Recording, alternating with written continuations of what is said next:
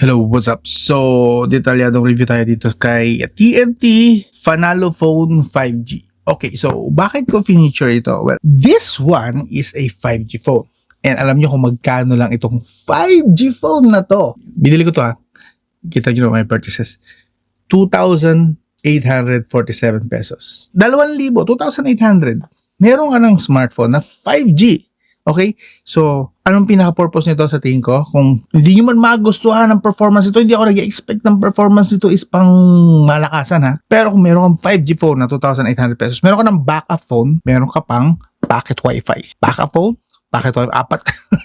Apat yung binilang ko. Dinoble-doble ko na. Ganun ka-exciting tong phone na to. Kung di ako nagkakamali, late na ako actually na i-feature ito. Kasi parang last year pa daw ito. And I just found out. Ngayon ko lang nalaman. Kasi last year, ang feature ko is ZTE Blade 5G. That was nasa 4,000 pesos. Pero my God, this is 2,800 pesos lang. Anyway, buksan na natin.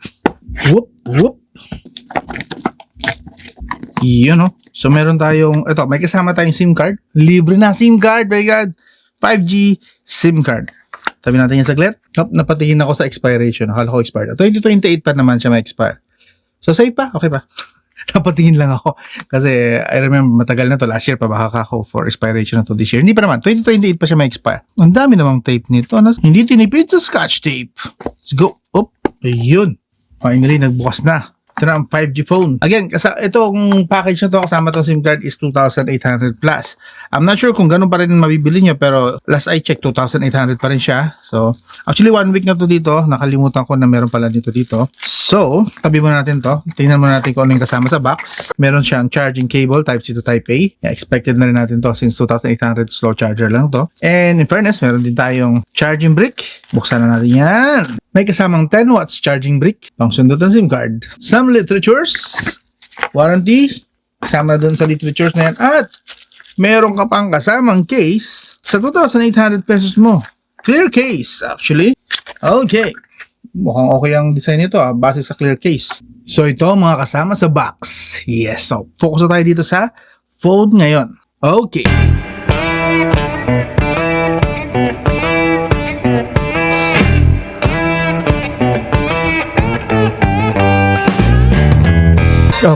Okay, ta-test naman natin siya ngayon sa games. Mobile Legends lang kasi obviously this is not a gaming phone.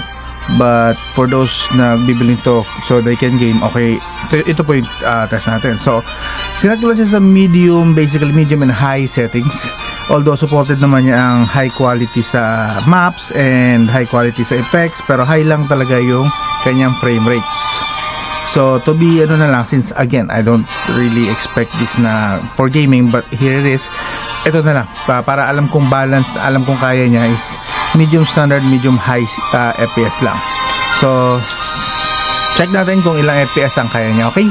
So, ayun. I tried pala na lagyan siya ng FPS counter sana yung FPS monitor. Pero, ayaw kasi ito nga pala ay stock Android. So, hindi niya supported. May issue siya dun sa floating FPS counter. So, hindi ko siya matetest yung, hindi natin mamamonitor yung actual FPS niya. So, tansyahin na lang natin. Pero I'm assuming na, or expecting din na goods naman na performance nito at least 30 to 60 FPS naglalaro doon.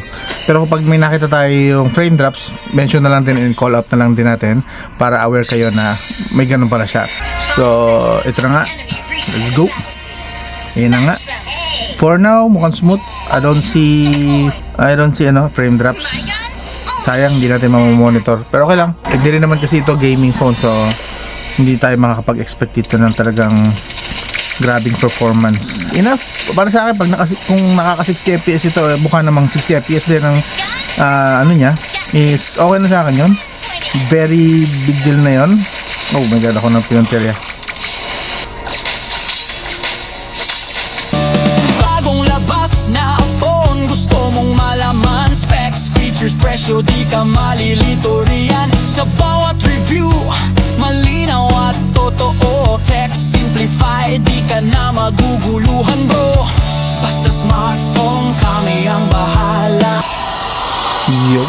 So, final temp lang. Nakuha natin 37 lang. Yep, 37 yung pinakamainit. Even, may 38 tayo dito sa likod. 39. 39 yung pinakamainit natin, which is hindi pa naman yung overheating, and mga once or twice ko lang siya nakita nag-frame drops. So I guess I'd say okay siya. Very good. Frame drops lang. Tsaka yung frame drops niya parang 1 to 2 seconds lang. At worst, 2 seconds na yun. So okay to for like gaming, like Mobile Legends. Also napansin ko kapag what do you call this? Kapag inaano ko siya sa Wi-Fi lang, okay? You have to know this. Kapag sinet ko lang siya ano tayo? May ganito na siya ngayon. Pero ito lang inaano ko dito. Nangyari, mayroon na ba akong ads? Sa taas ako nag-i-swipe. Ito lumalabas. What's happening? Ayun. Pero pag dito, what is this? Yan. Kita nyo yung hindi ko gusto. Ano ba to? I think pwede naman siguro i-off to kapag nag-swipe sa taas, sa kaliwa. Pero sa kanan, ganun din eh. Ba't may ganun? Kailangan may off ko to. Tingnan ko kung may off siya. Kung wala, very turn off itong part na to. Widgets, optimization, desktop, Google -1 screen. Tanggalin natin to. Okay, I hope okay na yung desktop gesture. Baka scroll down. Ayun, scroll down. System launcher, smart service. Notification panel tayo. Okay. So yun, setup nyo lang pala yun. Scroll down. Yun, basta again, try natin muna kung confirm. Okay na.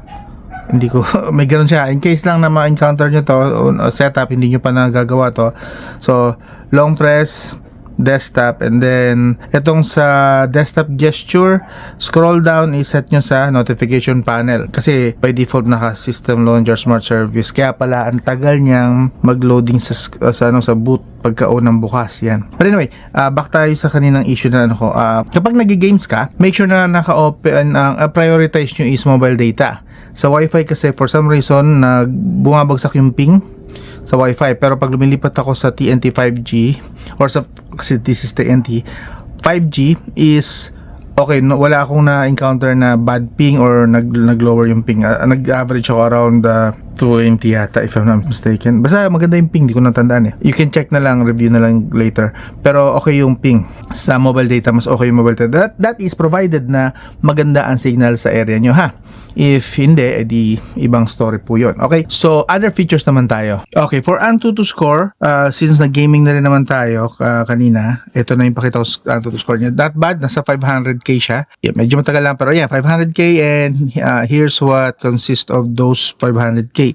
This has Unisoc T8200 or yung dating Unisoc T760, that's 6 nanometer up to 2.3 GHz. So slightly better po ito sa what you call sa Helio G99 kung pagdating sa clock speed.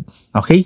And actually same din siya sa Helio G99 ng GPU. And of course, this supports 5 multi-touch lang. Kung mag-games kayo rito, hanggang 5 daliri lang na sabay-sabay ang kaya niyang supported. So, hindi kaya yung 10 multi-touch. Pero okay na yun for those na hindi naman lahat naglalaro sa Mobile Legends at Call of Duty or kung ano mga nilalaro nyo na more than 5 fingers sabay-sabay ang nasa screen. And of course, ito nakakatuwa. Sa Netflix po ay Widevine Level 1 po ito.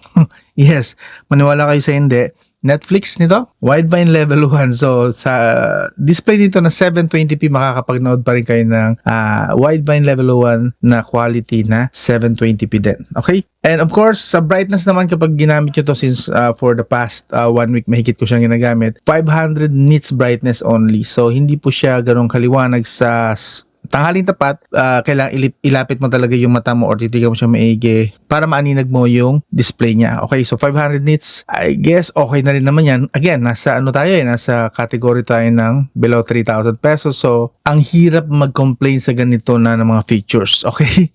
Parang hindi naman tama na mag-expect ako sa kanya na pang 10,000 pesos na features, gayong alam naman natin na this is ultra budget category na. So I think this is very good na. Okay? Especially kung backup phone and for hotspot. Maganda po. And speaking of hotspot, well, ito po ang nakakuha natin na speed test. Okay? So very good po siya actually sa 5G. Yes, maganda yung sagap niya ng 5G and average naman sa Wi-Fi, and supported din yan 2.4 GHz and 5 GHz Wi-Fi, and currently connected po siya sa 5 GHz Wi-Fi ko rito sa bahay.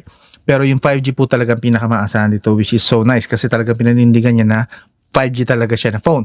And yun nga, best talaga siya as packet Wi-Fi and a backup phone. Okay na okay po ito. Provided nga lang na TNT and smart lang yung SIM card mo.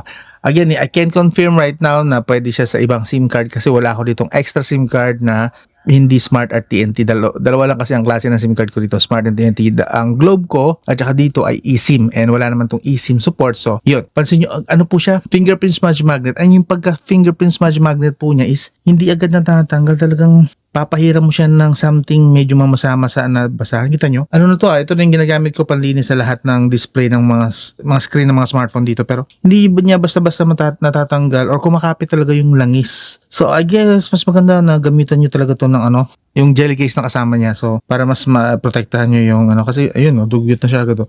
1 week pa lang kita nyo gano'n siya kadugyot. Ayaw matanggal basta-basta nung kumakapit na mga langis at dumi. Kapitin siya ng dumi talaga. Tapos yung nilagay pa nila na sticker dun sa unboxing is actually kung tititigaw maigi, maanilag mo pa yung square na pinagdikitan nung sticker. So okay sana, ang ganda, may kahit paano may character yung kanyang design sa likod especially, pero yun nga, medyo hindi siya friendly sa mga dumi-dumi. So just so you know lang, just in case lang baka masaya lang kayo pagdating sa aesthetic, well, yan yung ganyan yung ginamit na material sa likod na sa back case, ika nga. So yun po yung sa connectivity. Supported po nito again sa connectivity 4G LTE, 5G VoLTE, VoWiFi. Meron po itong Bluetooth 5.0, USB Type-C with OTG po yan. Ported niya ng OTG. May FM radio rin po ito. Sa maniwala kayo sa hindi. Pero yun nga, sadly, wala itong headphone jack. So you just have to use a USB Type-C din na antenna. So asan na ba yung nakita ko na radio yun? FM radio, yun. Kailangan mo na saksakan ng headphone, which is Type-C in this case kasi wala na siyang 3.5mm jack. And pagdating sa connectivity, 9 out of 10. By the way, hindi ko nabanggit kanina, sa display, bibigyan ko to ng 8 out of 10 naman. Since meron siyang 90Hz screen refresh rate and wideband level 1, pwede na. Although, yun nga, sabi nga natin, medyo bitin kasi 500 nits lang. Pero again, this is below 3,000 pesos. So, okay na yan. For the price and the score na binigay ko, actually very good na yan. 8 out of 10 para sa below 3,000 pesos na display niya. Okay, sa display yon. Now, sa performance, na-test na natin naman siya sa game and nakita nyo na yung Antutu score na 500k. Bibigyan ko ito, again, for the price, binabangga ko lang sa price para fair. Bibigyan ko ito actually ng 8 out of 10. Yes. Again, below 3,000 pesos, smooth na rin naman sa Mobile Legends, may 500k ka na score, not bad. Pwede na. Pero yung mapapansin nyo, may mga times na yung loading niya, kahit na yung mga magaan lang na app like this one, hindi siya agad-agad na gano'n yung error. Don't worry about the GPS. Okay naman tong GPS nito. Nasa average naman siya na around 8 meters yata. 5 to 8 meters. So, pwede na rin to sa mga tropa nating riders. The only downside lang is, yun nga, dilipat tayo sa battery. Okay. Now, sa battery po nito, meron po siyang 4,000 mAh battery. 10 watts lang yung charger. To be fair, napupuno naman na ito agad within 1 hour to 1 hour and 10 minutes. Mga ganun. So, hindi na rin masama kasi 4,000 mAh lang naman. Now, ang PC Mark score po nito, eto dito medyo, I think doon kayo ramdam ng konting pagkadismaya. Pero again, alalahanin natin, below 3,000 pesos lang ito. Ang PC Mark score niya, again, endurance to. Walang patayan, half brightness, half volume. With mobile data, nakakuha lang tayo ng 9 hours and 8 minutes.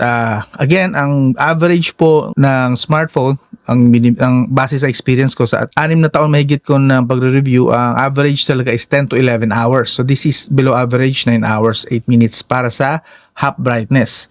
So, yun lang. So, full brightness ito around 6 hours lang, 5-6 hours. So, mabilis siyang malobat. So, full brightness nito, mabilis siyang malobat. Yes, mati-turn off lang kayo sa part na yun. Pero again, this is below 3,000 pesos. And wala rin siyang bypass charging. And since this is stock Android, marami siyang features na wala sa mga nasa 8,000 pataas na mga smartphone. Pero again, remind ko ulit kayo bago kayo mag-complain dyan at mga nagsiselan dyan sa 3,000 pesos, 3,000 pesos below pa nga ito. More features sa battery. May napansin naman ako at least may good naman dito, although wala siyang bypass charging. Meron siyang ganito, stop app after screen lock. So, pwede mo pong kontrolin, i-off yung mga apps na wag na mag-run, i-stop niya kapag ka nag-screen lock ka. Like, i-off mo lang yung screen. Lahat ng i-on mo rito is hindi aandar. So, tipid ka sa battery.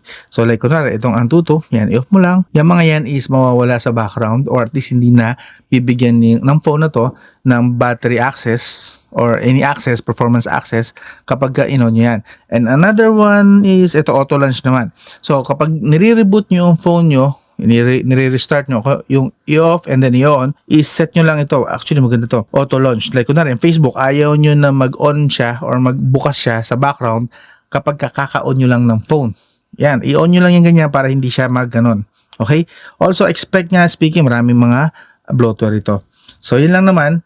So, yun yung feature sa battery niya na medyo okay. So, sa battery, bibigyan ko lang po ito sadly, bibigyan ko lang ito ng 5 out of 10 kahit ibangga ko siya sa price tag niya. 5 out of 10 kasi yun nga, medyo bagsak siya sa average score na usual na nakukuha ko na dapat 10 to 11 hours average. Pero again, real talk na lang muna tayo sa part na yun. 5 out of 10 lang muna sa battery. The rest naman ng mga features niya, binigyan ko na matataas na score. Pero sa battery, mababa talaga, okay?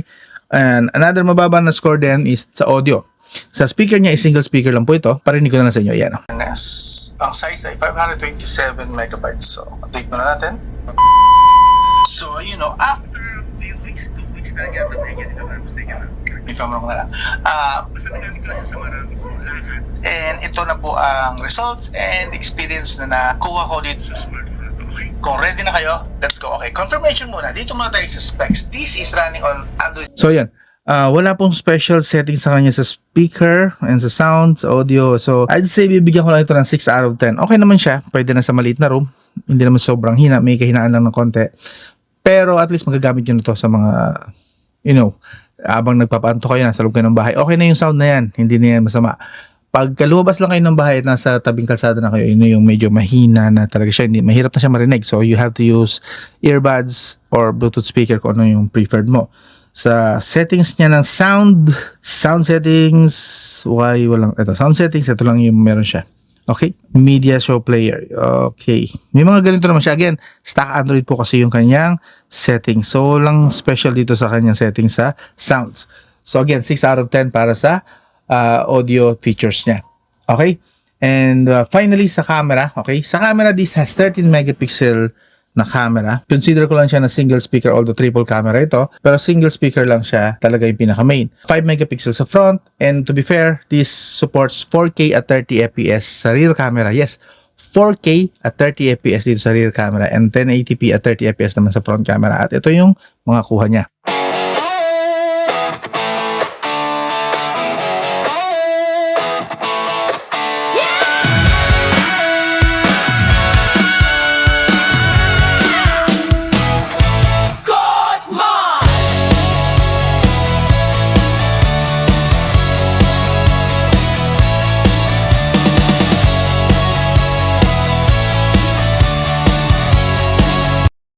So yun, this is the front camera, 1080p at 30 fps lang sa camera.